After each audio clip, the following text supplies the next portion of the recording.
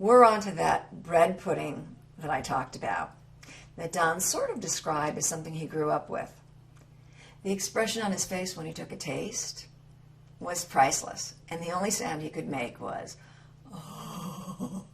So you know this is a good bread pudding, and it is so easy. We're going to start out with Hawaiian sweet buns. Now these are dinner rolls. They come in a packet. You'll notice I'm using 3 across and 3 down for a total of 9 rolls, still keeping them all together because they're going to go into an 8 by 8 inch Pyrex baking dish. The first thing I want to do is slice these diagonally up the center.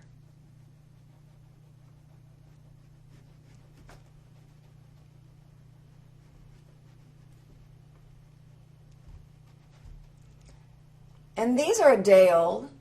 We want them to be just a tiny bit on the stale side. We're going to open that up just like a book.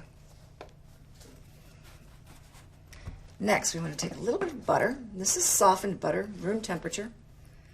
And we're slightly putting this across. Don't worry if it's even. If you're dotting it in spots, you can use your fingers.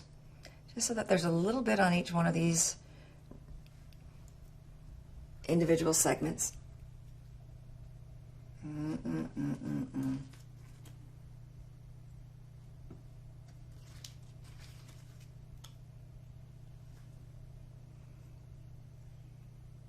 As you know, you can never have too much butter, too much sugar, too much cream, or too much eggs.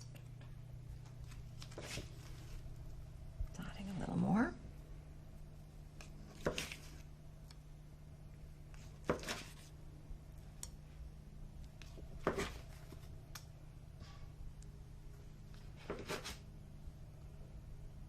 Good, and we're done.